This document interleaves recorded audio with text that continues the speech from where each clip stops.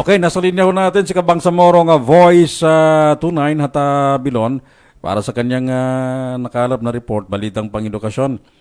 Alhamdulillah dahil sa ang minister ng Ministry of Basic, Higher and Technical Education, na Sir Muhagir Iqbal, muling itinalaga bilang minister ng MBHT at sa iba pang balita, MBHT, idinaos ang 2025 Regional School Press Conference sa lungsod ng Marawi. Balitang Pang-edukasyon. Balitang Pang-edukasyon. Kabangsamoro nga Voice 29 Hata Bilon, i-boses mo na yan. Assalamualaikum warahmatullahi wabarakatuh. Mapimapita Bangsamoro. Muling itinalaga si Minister Muhagir Iqbal bilang pinuno o Minister ng Ministry of Basic Higher and Technical Education. Sa kanyang opisyal na pahayag, kanyang ipinaabot ang taus-pusong pasasalamat at pagkilala sa tiwala sa pamunuan. Ayon sa kanya, kanyang pinupuri ang Allah at siya ay lubos na pinarangalan at nagpapasalamat sa muling pagtatalaga sa kanya bilang minister ng MBHT. Kanyang ipinahayag ang taus-pusong pasasalamat kay Interim Chief Minister Honorable Abdurrauf Makakua sa tiwala at kumpiyansa na binigay sa kanya. Kasabay nito, kanyang tinitiyak na magpapatuloy ang kanyang dedikasyon sa pagsusulong ng inclusive at dekalidad na edukasyon para sa bawat mag-aral sa Bangsamoro. Ayon pa sa kanya, sa patnubay ng Allah, mananatili siya umanong tapat sa layuning isulong ang inklusibo at dekalidad na edukasyon para sa bawat Bangsamoro learner. Samantala, sa ibang balitang pangedukasyon pa rin, opisyal nang binuksan kahapon, ika-22 ng Abril, ang 2025 Regional Schools Press Conference o RSPC ng Ministry of Basic Higher and Technical Education sa Marawi City. Mahigit 1,800 delegado mula sa 11 schools division offices ng Bangsamoro Autonomous Region in Muslim Mindanao ang dumalo sa naturang pagtitipon na magtatagal hanggang ika-25 ng Abril taong kasalukuyan.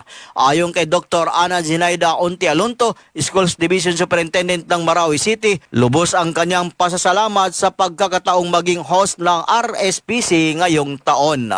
Ayon sa kanya, sila umano ay taus-pusong nagpapasalamat sa pagdating ng mga delegado sa Marawi City. Isang kasiyahan umano ang makitang nagkakaisa ang mga batang mamamahayag. Hindi lang para makipagpaligsahan kundi para magbahagi ng kwento, matuto sa isa't isa at ipagdiwang ang kapangyarihan ng katotohanan. Tampok din sa RSPC 2025 ang mga individual group contest sa English at Pilipino para sa elementarya at sekundarya. Ilan sa mga patimpalak ang mga news writing, future writing, editorial writing, sports writing, science and technology writing, photojournalism, editorial, cartooning at mobile journalism. Sa mensahe naman ni Minister Muhagir Iqbal na kinatawan ni Director for Basic Education na Johnny Balawag, kanyang binigyang diin ang mahalagang papel ng mga responsableng mamamahayag sa pagtataguyod ng kapayapaan at pagkakaunawaan. Ayon kay Balawag, hindi lamang kayo mga manunulat at tagapagbalita,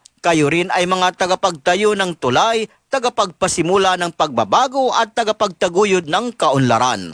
Layunin ng RSPC na bigyan ng plataporma ang mga mag-aaral upang magamit ang kanilang kakayahan sa pamamahayag, magtaguyod ng pagkakaibigan at mas mapalalim pa ang kanilang karanasan sa pamagitan ng makabuluhang kompetisyon. Ang mga magwawagi sa RSPC ngayong taon ay uusad sa National Schools Press Conference na gaganapin naman sa Ilocos Norte. At yan ang aking report para sa Balitang Pangedukasyon. Ako po si Kabangsamoro Voice 29 Hata Bilon, nag-uulat sa MMB. Mapya Mapita Bangsamoro, ito ang bagong boses ng Bangsamoro. Balitang Pang-edukasyon. Maraming salamat Kabangsamoro nga Voice 29 Hata Bilon sa iyong napakagandang report. Bangsamoro